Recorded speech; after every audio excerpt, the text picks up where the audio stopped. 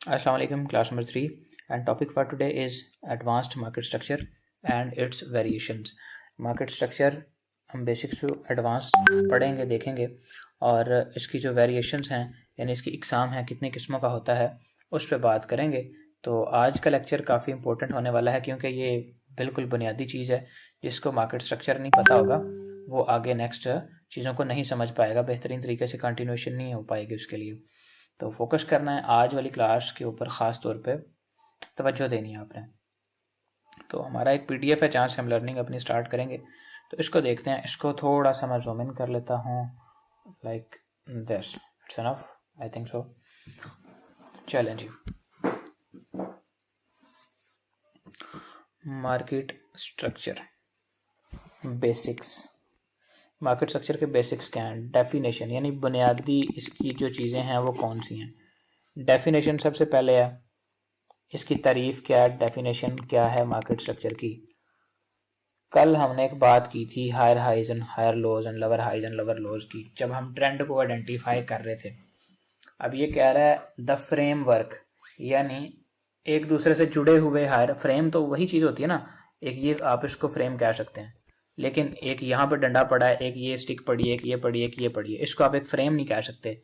इसको आप स्टिक्स तो कह सकते हैं, क्वांटिटी ऑफ स्टिक्स कह सकते हैं, लेकिन इन सबको अगर आप जोड़ देंगे, ऐसे मिला देंगे तो ये फ्रेम बन जाएगा एक, यानी एक दूसरे के साथ आपस में जुड़ी हुई चीज़ें। तो एक फ्रेमवर्क जो है ऑफ हाइज, लोज और मार्केट फेजेस। फेजेस से मुराद, फेज कहते हैं मरहले को। किसी वक्त मार्केट अप ट्रेंड में होती है, ये इसका अप फेज है, या बुलिश ट्रेंड है या बुलिश फेज है।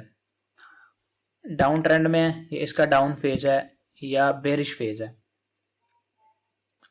इसको वाइकऑफ में फेज ई कहा जाता है, वो आगे पढ़ेंगे।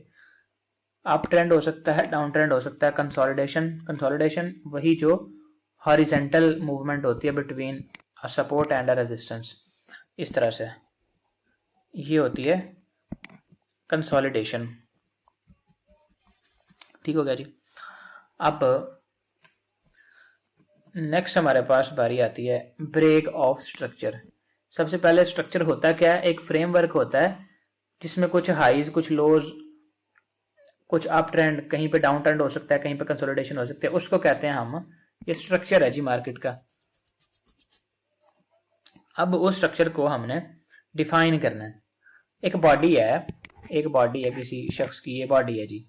इसमें यहाँ पे टांग है, यहाँ पे बाजू है, यहाँ पे सर है। ये चीजें जो है एक बॉडी के अंदर हम आइडेंटिफाई करते हैं। इसी तरह एक स्ट्रक्चर के अंदर हमने बहुत सारी चीजें होती हैं जिनको आइडेंटिफाई करना होता है। ये एक चीज लिखी हुई है BOS। BOS का मतलब होता है break of structure, break of structure. ठीक है।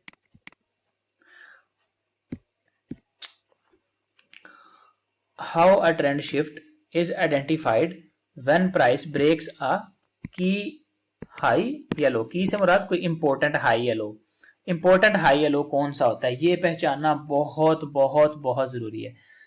ये जस्ट एमी वाला बहुत नहीं है। इस हाई या लो को अगर आप नहीं पहचानेंगे तो आप मार्केट में हमेशा डाउन, हमेशा डाउन, हमेशा माइनस में, हमेशा माइनस में ही जाएंगे, माइनस में ही जाएंगे, कभी प्लस में नहीं आ सकेंगे। क्योंकि अक्सर औकात ऐसे होता है, प्राइस ऊपर जा रही है, यहाँ पे आके 2-3 लोज बनाए, ये ऊपर चलेगी। इन तीनों में इंपॉर्टेंट कौन सा? ये वाला या फिर ये वाला। मार्केट नीचे आएगी, इसको स्वीप करेगी, या इधर से बस टच करके चली जाएगी ऊपर। बहुत इंपॉर्टेंट चीज है ये। जिसने इसको पहचान लिया उसकी लगी मौजें। इधर दिखाता हूं आपको मैं कहीं पे, इधर ही। ये मैं आपको एक चीज यहाँ पर ड्रॉ करके देता हूँ जिससे कि आपको कुछ समझने में मदद मिलेगी, और ऑफ कोर्स मिलनी भी चाहिए। बल्कि ये भी मैंने पढ़ा नहीं है तो मैं इसको नहीं लगाता, बस रहने दें इसको।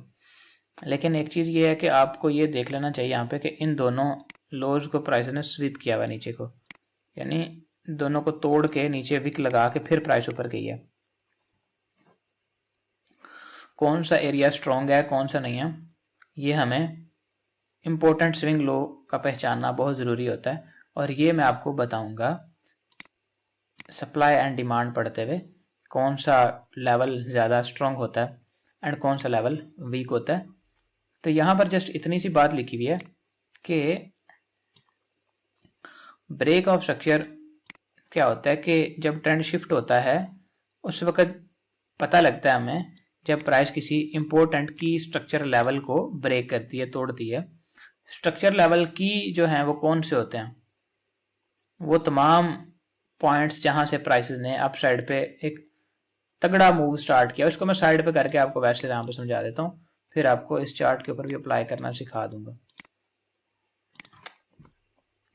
मान लो यहाँ पे प्राइस रेंज कर रही है ऐसे, ये हम थोड़ा सा क्लियर बना लेते हैं ऐसे, ये ऊपर को ब्रेक कर दिया। अब इधर डाउन पे अगर हम बात करें तो इनमें से कौन सा पॉइंट है जो सबसे ज्यादा इंपॉर्टेंट होगा, जो स्विंग पॉइंट होगा? मैं दोबारा बनाता हूँ, थोड़ा सा कॉम्प्लेक्स करके बनाता हूँ, आपको जो है ना मजा भी आएगा। हाँ जी, अब आपने मुझे बताना है कि ये नंबर 1 है, ये 2 है, ये 3 है, ये 4 है। 1 2 3 एंड 4 कौन सा पॉइंट है जो स्विंग पॉइंट है, जो इंपॉर्टेंट है? चलें जरा शुरू हो जाए, बताएं मुझे। 4 3 4 1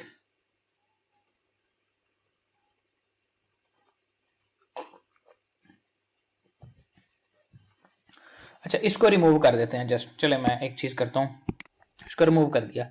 अब एक नंबर पॉइंट है ही नहीं है। मान लो इन 2 3 और 4 में से आपको कोई चूज करना है, तो कौन सा चूज करेंगे आप? कौन सा इंपॉर्टेंट है? 2 2 2 4 2 4 2 4 2 3 किसी को नहीं सही लग रहा, 3 के साथ कोई दुश्मनी है। मैं आपको बताता हूं, इनमें से अगर मुझे चूज करना हो तो मैं इसको चूज करूं। वजह उसकी ये है कि आपको लिक्विडिटी एंड इंड्यूसमेंट वाले मॉडल्स में ये पढ़ा दूंगा मैं कि ये इसकी क्या वजह है। इन सम केसेस ये दोनों भी इंपॉर्टेंट हो सकते हैं, प्राइस हो सकता है इसको टैप करने ही ना आए। वो ये होता है कि इन ही का फेक ब्रेकआउट यहाँ से करके वापस ब्रेक इन हो जाता है, तो वो एक अलग कहानी है, वो आपको बाद में पता चल जाएगी। लेकिन इधर जस्ट आपने ये देखना होता है कोई भी इंपॉर्टेंट पॉइंट लेने से पहले कि प्राइसेस ने वहां से रिट्रेसमेंट कितनी की थी। इसके 2 रूल्स हैं। सबसे पहला रूल ये है कि अगर प्राइस ने ऊपर की तरफ ये ब्रेकआउट स्ट्रक्चर किया ना, तो ये वाला जो पॉइंट आपका पहला हाई बना हुआ है, इससे मार्केट कितना नीचे आई थी, ये जो स्विंग पॉइंट है यहाँ से फिर अगर ऊपर जाकर उसने ये ब्रेकआउट स्ट्रक्चर किया हुआ है, यानी ऐसा ना हो कि इधर से बस इतना सा नीचे आके ऐसे ऊपर जाके ब्रेक कर दिया और नीचे से ऐसे था। आप इसको मान लें कि ये एक आपका स्विंग पॉइंट है। ये स्विंग पॉइंट नहीं होगा। कहीं से भी आप किसी को वैलिड पॉइंट माने तो वहां से अगर ये एक वेव लगी है ना, इसकी कम से कम नीचे 23% रिट्रेसमेंट होनी चाहिए, फिर प्राइस ने ऊपर को ब्रेकआउट स्ट्रक्चर किया हो तो आप इसको एक वैलिड स्विंग पॉइंट मानेंगे। सबसे पहला रूल ये है। इसमें भी बहुत सारी आगे वेरिएशन हैं, ठीक है, वो भी मैं आपको बताता हूँ। सबसे पहला रूल ये है कि एटलीस्ट कम से कम जितनी ये एक एक्सपेंशन लगी है ना, पहली वेव नंबर 1 है, उसका प्राइस ने इतना नीचे आई हो कि 23% बन जाए। या फिर अगर आपको 23% नहीं नापना आ रहा, नहीं पता लग रहा कि 23% हुआ या नहीं हुआ, तो फिर दूसरा तरीका ये है कि आप देखें कि इस तरह से प्राइसेस ऊपर जा रही हैं, ये कैंडल बन गई, ये फिर कैंडल बन गई, ये कैंडल बन गई, और इस तरह से कंटिन्यूसली प्राइसेस बुलिश जा रही हैं। अब एक रिट्रेसमेंट जहां से आपका, अभी देखें ना, ये तो एक लो पॉइंट था, अब एक हायर लो बनना है, फिर हायर हाई बनेगा, यानी प्राइसेस यहां से नीचे गिरेंगी। तो एक अदद रेड कैंडल आएगी इस तरह, उसके बाद फिर रेड कैंडल आएगी। अब ये 2 रेड कैंडल्स आ गई और दोनों एक दूसरे से नीचे हैं, और अपनी जो टॉप वाली ग्रीन कैंडल थी उसका लो भी तोड़ा हुआ इन्होंने, यहाँ पे इसके लो से भी नीचे आई हुई हैं। एंड नाउ अगर प्राइस दोबारा से बुलिश कंटिन्यूएशन स्टार्ट कर देती है यहां से ऐसे और ऊपर चली जाती है, तो इसको आप एक ब्रेकआउट स्ट्रक्चर कहेंगे, और ये वाला आपके पास एक नया, ये लो था, ये हायर लो बन जाएगा। एंड ये वाला जो पॉइंट है ये चूंकि हाई था, ये वाला हायर हाई बन जाएगा। लेकिन अब याद रखें, जो मैं बना के दे रहा हूं ना, इसको बड़ा गौर से तवज्जो से देखना है।